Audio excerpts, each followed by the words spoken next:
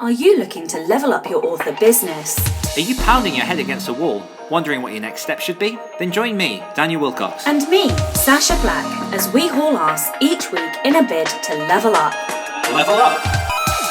Come along for the ride as we delve deep into the business of writing, Craft, entrepreneurship, and every level of the author journey. This is the Next Level Author Podcast. Hello, Achievers. Welcome to the Next Level Author Podcast, a podcast where we hold each other to account and track our step-by-step progress as we level up our author business. My name's Sacha Black, and here with me every week is... Daniel Wilcox. Hello. Said my name so excitedly then. I know. Can I do a disclaimer at the beginning, which is that Sacha had her book launch for Anatomy of Prose yesterday. And so she's worried that she's a little bit lackluster, no energy, just worn out. But I think it's well deserved. And if anything, you smashed it. So congratulations. I've actually, for people watching on YouTube, I'm toasting a nice whiskey beverage. So congrats, Sacha. Oh my God. Thank you. Yeah, I am going to try and be my most perky self today. But secretly on the inside, I'm like dying on the inside. And I am, no word of a lie, getting straight into bed after we finish this. Which is odd for you. I know, it is incredibly odd. Yeah, for anybody that knows me, I rarely go to bed before 1 o'clock in the morning, unless it's term time, in which case I force myself to bed slightly earlier. I'm so tired though that I feel a bit sick, so there's always that. So if there's a sudden gap in the video, that'll be because yeah, exactly. I needed a minute. No, okay. So housekeeping. What have you done that's cool this week, or what have you enjoyed? Do you have somebody you'd like to shout out, or? So a minute ago I was struggling to think of one. Now I've got two. So my week has been really, really inspirational. Not for anything that I've done specifically, but because number one, have you watched any? I don't know if this is your thing. Have you watched any of Michael Jordan's One Last Dance on Netflix? I have never even heard of that. It's basically a documentary which chronicles the Chicago Bulls' massive winning streak that happened during the 90s when they had their peak team and Michael Jordan was at his best. And I've been watching that, and I used to play basketball. I'm very much a person who likes to watch basketball when I get the chance. But I also love mindset. I love watching people develop, and I love watching what makes the greats the greats. And if anyone's interested, you don't have to be a basketball fan. If anyone's interested in seeing what it takes for someone to excel and just hit the top of their profession, and how tunnel vision do you have to be just to get to where you want to be, and if you've got that vision, how nothing else can shatter it. It's just a really, really inspiring documentary. I'm only about I finished episode 4 out of 10, so I've still got so much more, but it's one of those where you watch it and you just get fired up. Like I've turned my outdoor bike into an exercise bike during the quarantine stuff. And I was on that for an hour the other day, just watching it, like cycling while I was watching the thing, just like, yeah, I'm them. And then I'll quickly nod and just couple on the other part of that, which is for anyone who is a massive fan of Kevin Hart. I'm a huge fan of Kevin Hart, and he's done quite a string of interviews this week with like the Tim Ferriss podcast, the Joe Rogan podcast. And if you just want something uplifting that just makes you want to live life better, stronger, faster, then just listen to that. I'll say no more, but it's really uplifting. I love motivational stuff, so I may give that a watch. Also because I think tunnel vision is amazing, and lots of people when I was growing up would mock me for my tunnel vision, and so I love what it means, what it creates, and how important it is for people who are successful, and yet you can get berated for having that mindset. My cool thing, not cool, why do I keep saying cool? My thing that I've enjoyed this week is complete escapism. It's complete guilty pleasure, and as a kid I was not a massive Trekkie, but a little bit of a Trekkie. I did really used to love watching the Captain Picard series with my dad, who is a huge Trekkie, and he suggested I should watch Picard, which is the newest one on Amazon Prime. And oh my God, I literally binged it. And now I have gone back to watch Discovery, which was So there's 2 new series. There's one called Picard, which is newer, and then there's Star Trek Discovery, which is slightly less new, which is on Netflix. And now I'm binging that, and Nice. they're just, oh god, just such good guilty pleasure watching. And also I really love when you watch something, a series like that, and it just spins off loads of ideas that are completely unrelated, but still, you take themes and essences of whatever it is that you're watching, but even if you write in a completely different genre, or I just love that interconnectedness of story. Yes. So yeah, that is the thing that I have been enjoying this week. Okay, no more fucking about. Weekly confessional. Did you do your task? Yes, I did. I edited 6 episodes of Great Writers Learn mini-series, which is the first of potentially many mini-series in which myself and the mystery guest, who I've still not announced, I'm leaving that for the patrons to find out on the 1st of June. We basically break down 6 different areas of author craft. We discuss the mistakes that we've made, and we talk a lot about how people can avoid what we've done to basically just to shortcut their way to better days. And it's been a lot of fun to do, and it's been an experience because it went from basically a 6-episode mini-series that would go on the podcast feed to, okay, I'm also sticking these on the YouTube feed because I put all the Great Writers Share on YouTube a couple of weeks ago, to, okay, I'm now going to jazz these up so they're more YouTuber friendly. So they're a bit more grabby for a YouTube audience. So I've basically sort of taken what should have been, I don't know, probably about a 5-hour job and expanded it to a 20-hour job that I've mashed out this week. But I've had a lot of fun doing it, and it's been I'm really, really happy with the overall outcome, and I'm interested to see how it goes. And this is one of my, sort of half related questions, but this content repurposing is really huge and important, especially for businesses like ours. And I will talk to you offline about some other things that you could do with this content. But yeah, I love that you have been doing that. I also completed my task. My first task was to launch, and you wouldn't allow me to have only that as a task. So I think my second task was to do 2 course lessons, which I did, and I did half of another one, which I really thought I was going to get done this week, but I didn't. I thought I would get 3 completed, and it just, I did not. Forfeit. Oh, piss off. I did my task. I did my 2, so I'm kidding. Okay, so question of the week. So, question. Yeah, well, I'm cheating again this week. It is a 2-part question. And I am going to give you the context first. So, I love Becca Syme, and I interviewed her, and she blew my brains out, and I really want to take her course on all this stuff. And I love psychology, and I love something. Oh, maybe I shouldn't tell you this first. No, I'm going to tell you. So I love something that she said in particular, which she talked about how most people will look at their weaknesses and how they can develop those. But excellent people look at their strengths and then multiply those, because it's easier to 10x something that's a strength and get 100 out of it than it is trying to 10x something that's only a 3 level skill up to 30. So you get more out of the 100, the 10, the thing that you are excellent at is the point. I told you I was tired and finding it hard to So with that in mind, what is your best marketing skill?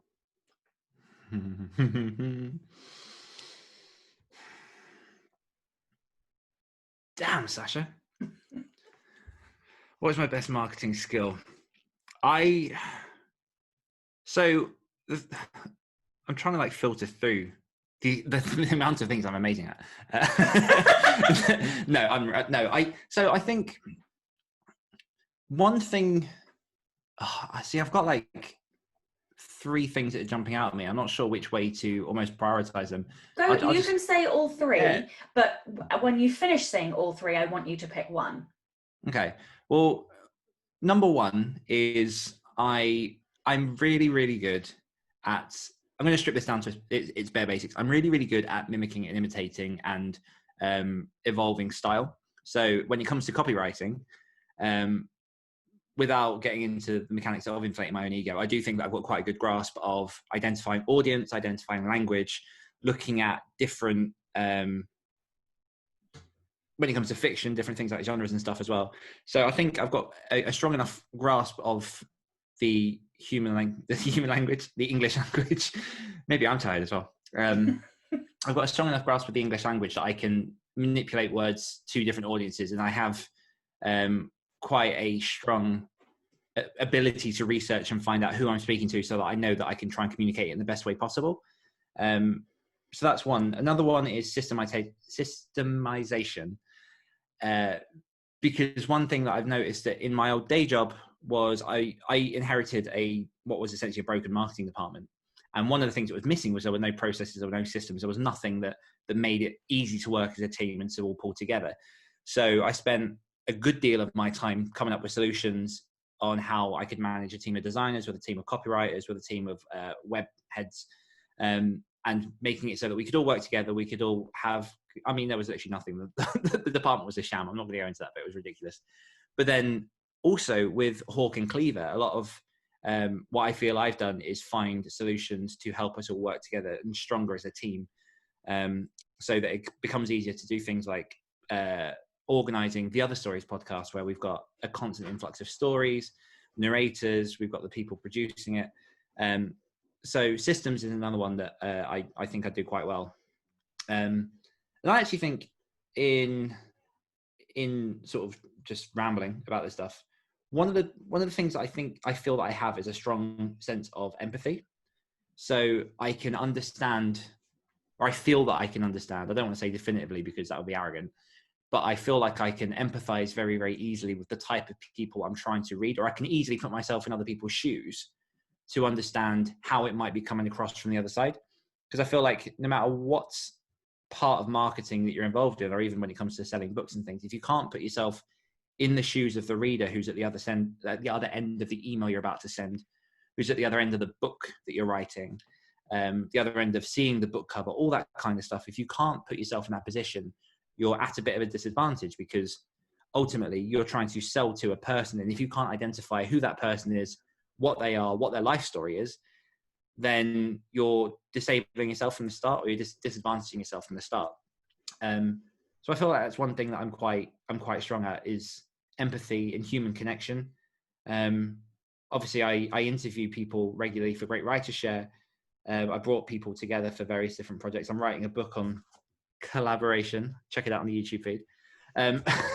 But yeah, I think a lot of it is I enjoy people. I enjoy trying to understand how people work, and in essence, just to bring this kind of ramble to a bit of a rounded edge, I think probably my strongest asset is the psychology of marketing and understanding the audience that I'm trying to reach. I think it's really interesting that 1 and 3 were very connected. Yeah. Okay, so should I answer before we do part B, or shall I ask you part B and then I'll answer both A and B? Without knowing what B is, I'm not sure what the right answer is. Okay, I'd be interested to hear your take on it.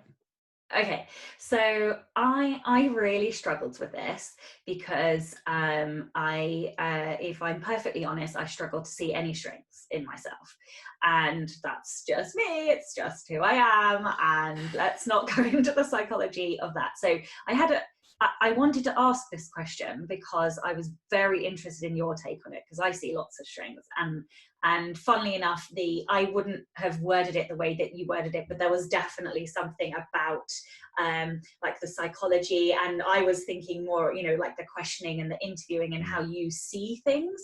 You have a really good skill at seeing through things. But anyway, so I did struggle with this. I came to the conclusion that I have 2 skills, and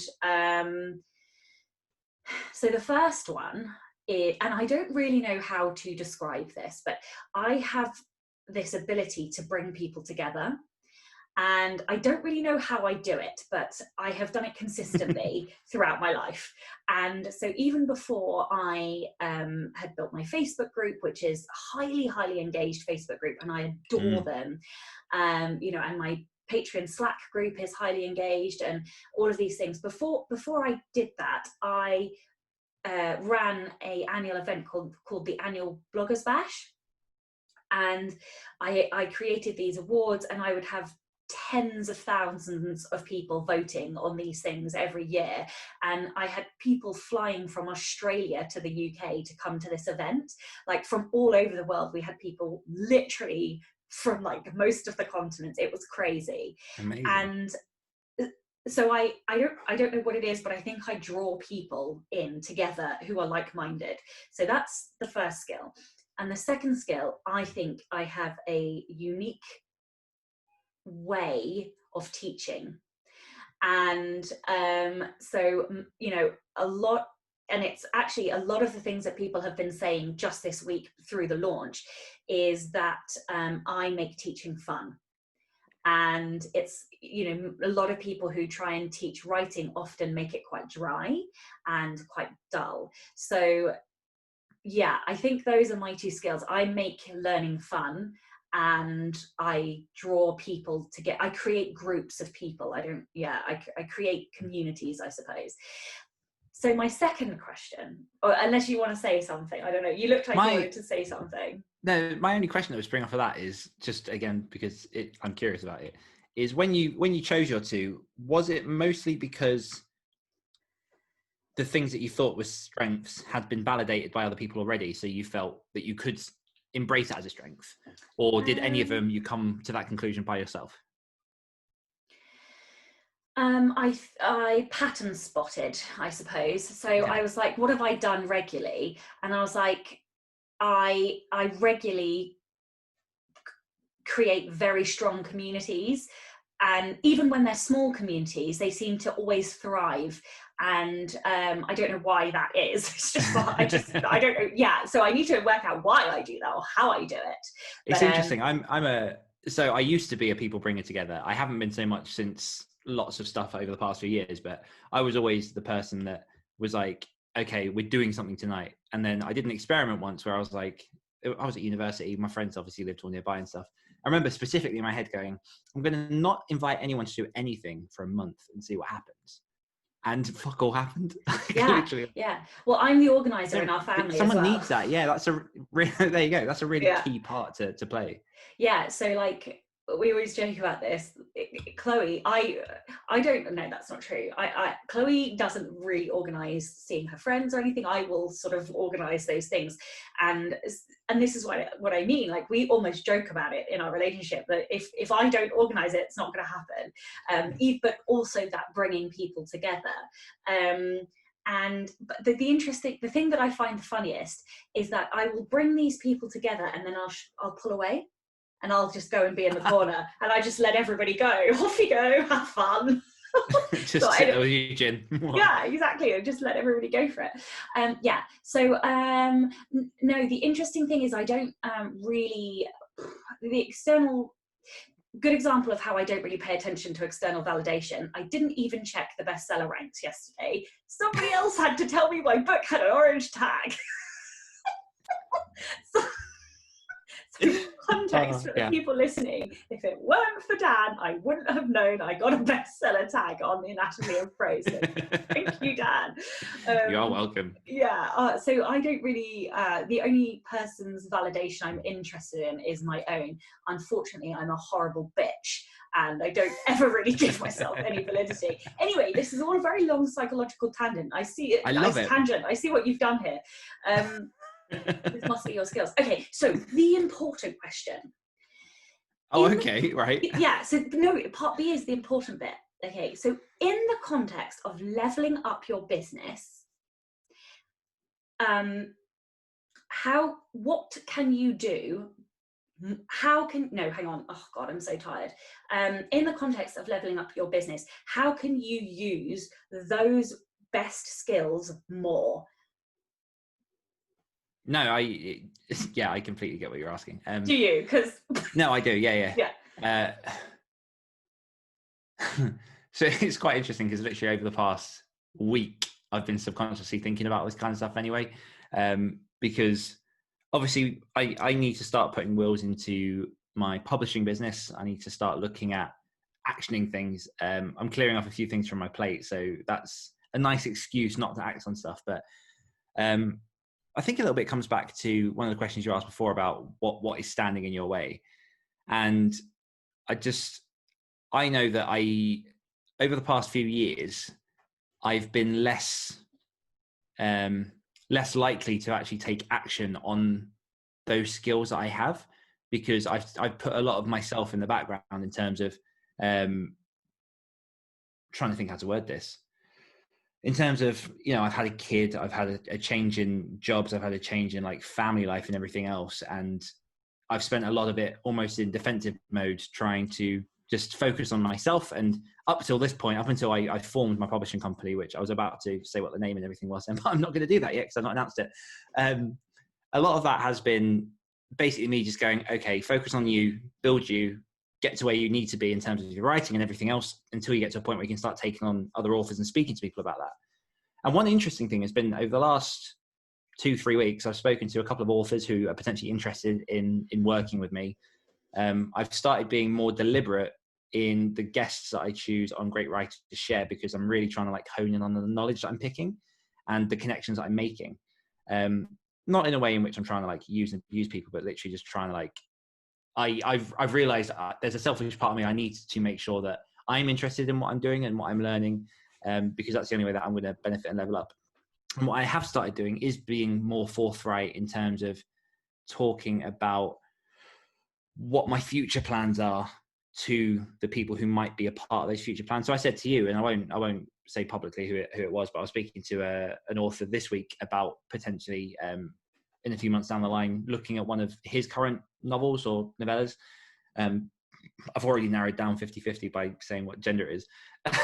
But about potentially picking up one of his works and bringing it on. But again, going back to what we spoke about a couple of weeks ago, which I feel like there's a kind of trend here in terms of you trying to push me to do stuff, and I don't appreciate it.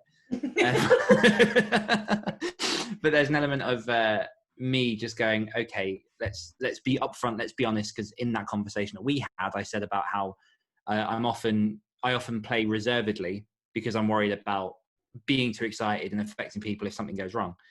And I think what I need to do is use the skills that I have in terms of understanding people a bit more, setting the expectations that I need to set to go forward with my business, and just start reaching out to people and building more of that community and getting more involved. I've already taken a couple of steps in terms of building communities, which I'm admittedly a little bit passive in still, in which I'm trying to connect with people who I could be working with. But I think I just really need to hone down, be a bit more specific on.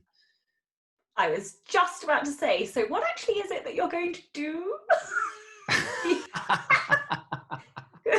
Okay. Yeah. So what I'm going to do is basically I'm going to infiltrate is a horrible word, but infiltrate some author community, start getting my name out there a bit more, and basically just start pushing myself forward as a publisher of horror, to start sowing the seeds of what I need to do, speaking to the right people, and also just outright speaking to some of the people I'm interested in and saying, here's where I'm at.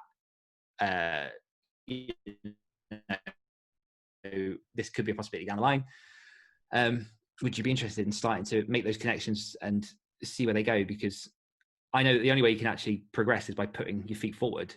So up until this point, I've been focusing on myself and standing still, but I'm pretty much in a position now where I can start bringing people on board. And like I say, I think I'm going to listen back to this conversation. It's just going to be me rambling, just like in self-reflection. I think up until this point, and like I say, I've been thinking about this a lot over the past week. It's not even just in my writing life, in my personal life as well. I've taken the back seat a lot, and I've not done a lot of proactive stuff to play on those skills, bringing people together similarly to you, and also just reaching out to people and being me. This is taking a weird turn. I don't know if that answers it in any way, or if I've literally just rambled, but it kind of makes sense in my head. I think it does. I guess I will be interested to see what systems you put in place for your publishing company. And I think what you're getting at is, if I may be so forthright as to presume, you're going, the thing that you are, out of the three, the thing that you are going to actually take action on is using the empathy and the psychology to start making the connections that you need in order to build your publishing company. Is that a fair assessment?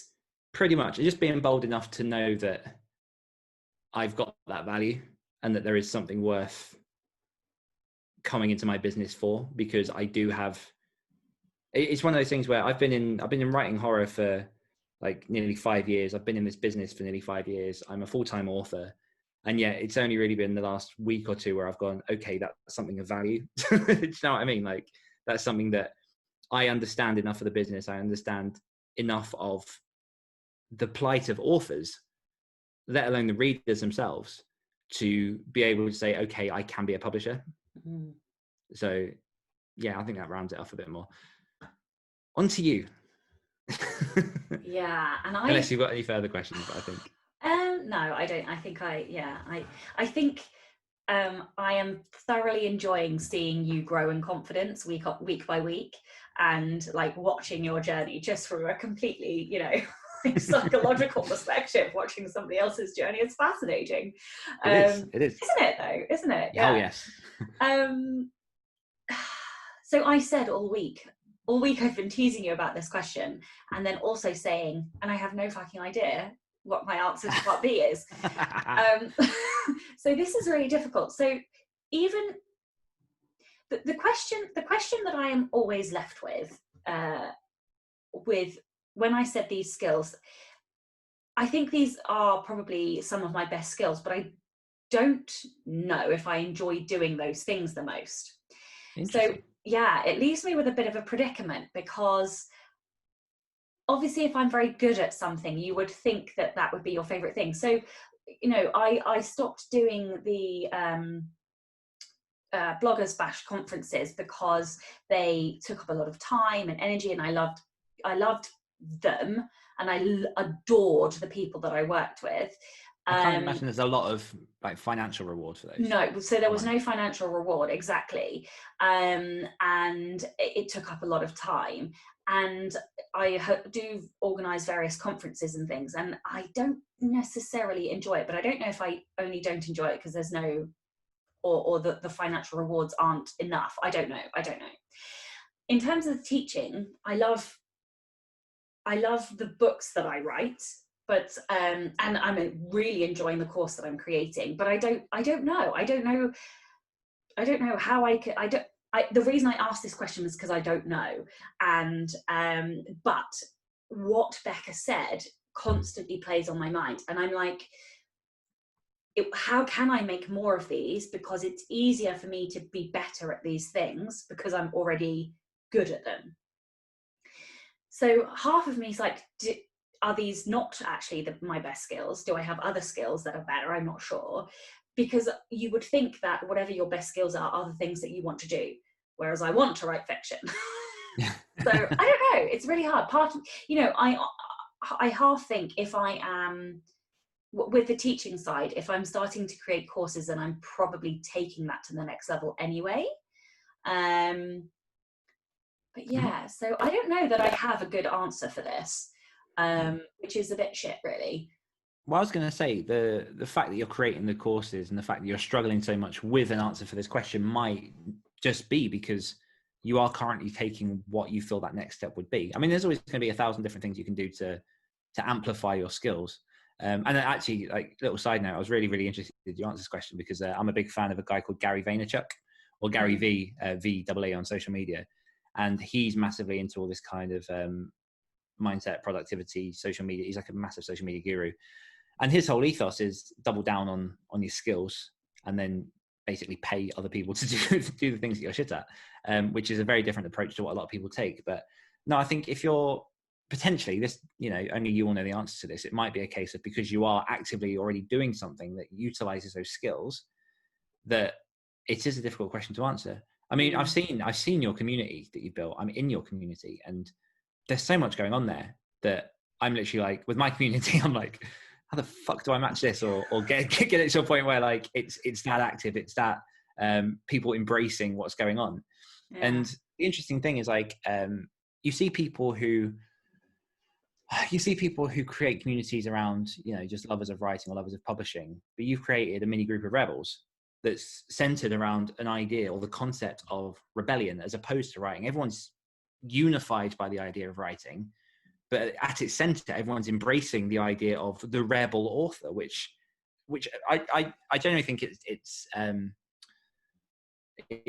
worth, I can't think of the right words, I'm going to say like the really shit version, it's worth a clap. Like it's worth a round of applause, because like having people that are that actively bought into an idea is difficult to do, and it's something that needs constant maintenance. It's something that needs a heart and a soul and a passion put into it, because people will only respond to the enthusiasm that you project, and obviously there's enough there that it's building that community. So I'm not saying that you're in any way maxed out on those things, but it could just be that that's there, that's already happening. I suppose my residing question is, how do I merge the two? How do I merge or not how, but should I? Perhaps that is another way I can take it to the next level, is by merging my skill of bringing people together, bringing like-minded people together and teaching. I don't know. It feels like there's something just outside of my reach. And I think, maybe it's just because I'm tired, or, I haven't pondered on the question enough, but I feel like there might be some time in the future. You can see I'm struggling for words, but also because it's not, you can see it's not there yet. But yeah, I feel like there might be a merging of the two at some point. I don't know what that looks like. I don't know what it will be, what it will create, but it'll be interesting to see. Yeah. Really interesting to see. Now, I just want to say, I absolutely love this question. I think not enough people do double down on the things they're good at. And people worry so much about, like I'm great with words, but I'm shit with numbers. And people will then spend ages working on trying to improve their numbers. And although like I believe in the growth mindset, and I believe that you can achieve anything that you want to, as long as like you put your mind to it. So you probably could learn numbers, but the amount of effort you're expending to learn that skill when you could just be accelerating something that will be beneficial to yourself or other people, it's a thought process that a lot of people don't look at. Yeah, and I am all for like efficiency and effectiveness. So if I can do what I'm good at more effectively, then I am all in. Yeah, I do not know if I answered this question well, but there we go. I think you did. Okay, so before we go to the comments and the audience question for this week, how are you leveling up your business this week? So my big thing this week is I'm actually going to put in, I've got my launch plan for collaboration for authors, but I need to actually put the wheels into motion and start getting all of those bits rolling. So I've wrapped up the videos. Now it's all about getting the book promoted. Excellent. I am going to do a controversial one. I'm going to rest for my mental health and my physical health. So no, I am going to do something, and I will tell you what that is in a minute. But for the most part, I have to pack my house now, because we are in T-minus, what's the date today? About 11 days from moving. So most of this week will be packing. However, I would like to get some more of the course done. I don't think I'm going to put a number on it though, because no. I need to like rest. Do you know what I would really like? I would really like to not work any evening this week. That would be amazing. I don't think it's necessarily going to happen, but that's what I would like. I'd like at least a couple of nights on the trot where I don't have to work. I do have to do some mop-up marketing and stuff, because there's lots of like articles and interviews going out that I need to do promotional stuff for. And also I just need to make sure that I'm caught up with my freelance stuff, so that I can take a whole week off. The week that I move, I'm taking a whole week off. Whole week off. I know. Damn. I literally can't. I haven't had a week off since I was on holiday a year ago. I know. Wait, you took a week off just over a year ago? Yeah. You lucky bitch. I know. But this is the thing, like, people don't understand. When you do this full time, you literally work 7 days a week. Even on the days that you take off, you still manage to do work. Like, it's ridiculous. This world, this life is ridiculous. And none of us even give a shit because we love it. The amount of people I know that are like bored at the minute of coronavirus, no offense to anyone that is out there who is bored, but the amount of people that are bored and they're just like, I've got nothing to do, and it's just, I'm sitting there going, like, even on days where I try to do nothing, I'm doing something. I physically can't help it. I need to, and I have to. Oh my God, you are literally speaking to my soul right now. Mm-hmm. Like, I'm sat here going, right, tomorrow I'm going to have a Sunday off, because I've been trying to be like a lot better to myself in terms of, like, I mentioned it on my on Great Reality Share this week that I'm easing back. I've pushed the project away a little bit so I can give myself some breathing room. Tomorrow, I'm like, I don't technically have to do anything. I'm still going to be up at 5:30 or 6. I'm still going to be writing words. It's just, it's what it is. Yeah. Okay, so comments from last week. Yes, so, the question was, how big is your minimum? And Holly Line started with, she just watched the YouTube video and saw the brilliant forfeit. Thank you, Sacha. Her minimum, funnily enough, last year, she came across the concept of enough lists. So she made one. You divide your life into categories and make a list for each of what counts as enough. And interestingly, she did post a picture on the Facebook group for anyone that wants to check it out. But interestingly, the night before, or the day of that post, I literally made one for myself. And obviously off of our conversation, a lot of that came from that. And the idea of having an enough list, I think, is absolutely freaking brilliant, because as long as it comes back to last week, as long as you know what your minimum is, everything else is productive. So it doesn't have to just go for work. It can extend to life as well. If you've got children, if you've got, it's literally the only example I can think of, children, that's all that exists.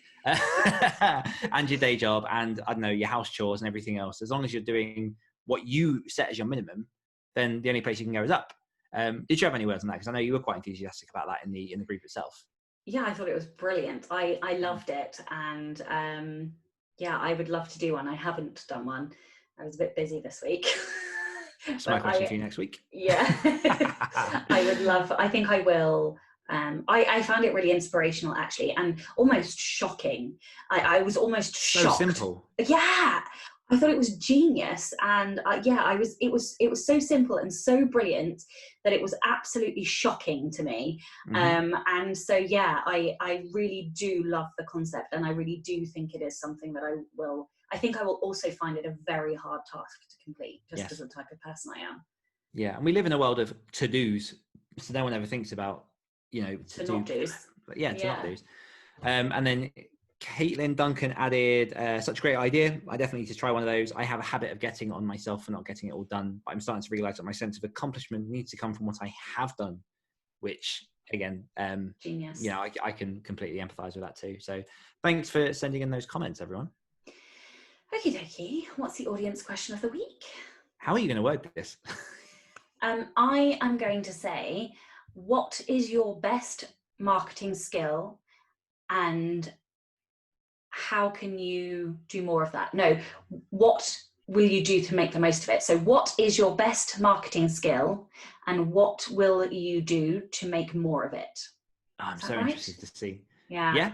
I'm so interested to see what people come back with this, because everyone has something, even if they think they don't. And working with people over the years, there's such a variety of things that people do well at. So get your comments in. Okay, and we will see you guys next week, and hopefully I will be a little bit less tired. Bye-bye. Hungry for more? If you enjoyed this podcast, you can hear more of my angelic accent and Dan's dulcet tones on our other podcasts. For more of me, check out the Great Writer Share podcast. For more of me, listen to the Rebel Author podcast. We'll be back next week holding each other to account as Dan and Sacha become next level authors.